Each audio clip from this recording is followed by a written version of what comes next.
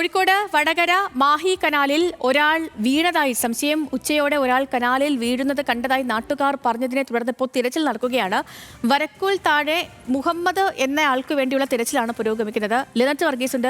Lynette, ഇപ്പോഴും തിരച്ചിൽ തുടരുകയാണോ? എന്തെങ്കിലും സൂചനകൾ ലഭിക്കുന്നുണ്ടോ? എന്താണ് സാഹചര്യം? സേതു, ഇന്ന് ഉച്ചയോടുകൂടിയാണ് വടകര മാഹി കനാലിൽ ഒരാൾ വീണതായി നാട്ടുകാർ അറിയിക്കുന്നത്. അതേ തുടർന്ന് ഉടൻ തന്നെ ഫയർഫോഴ്സും അതോടൊപ്പം പോലീസും ഒക്കെ തന്നെ അവിടെ എത്തിച്ചേരുകയും തെരച്ചിൽ ആരംഭിക്കുകയും ചെയ്തിരിക്കുന്നു.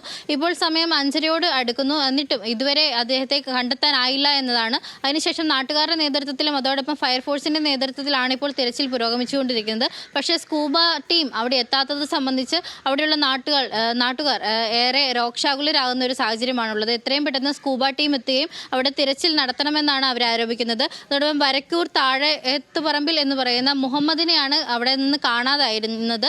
ഉച്ചയോടുകൂടി അവിടെ മത്സ്യം പിടിക്കാനായിട്ട് എത്തിയ അദ്ദേഹത്തെയാണ് പിന്നീട് കാണാതാവുന്നത്.